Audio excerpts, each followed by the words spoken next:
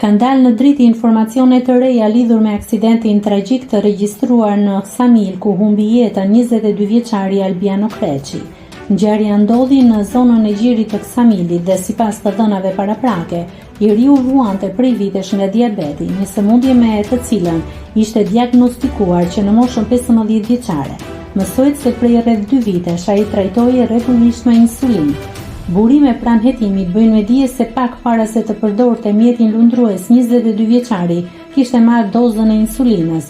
Sipas specialistëve të shëndetësisë, ky faktor mund të ketë ndikuar në gjendjen e tij fizike dhe në aftësinë për të kontrolluar mjetin në momentet para aksidentit. Pamjet e incidentit, të cilat janë publikuar në rrjet, janë filmuar nga një velier e huaj që ndodhej e ankoruar në gjirin e Ksamilit. Në video shfaqen momentet e përplasjes me mjetin lundrues të policisë kufitare. Ngjarja po hetohet për të përcaktuar me saktësi dinamikën dhe përgjegjësitë. Ndërkohë trupi i të riut është transportuar drejt Institutit të Mjekësisë Ligjore në Tiranë, ku do të kryen ekzaminimet përkatëse që pritet të ndihmojnë në zbardhjen e plotë të rrethanave të ngjarjes.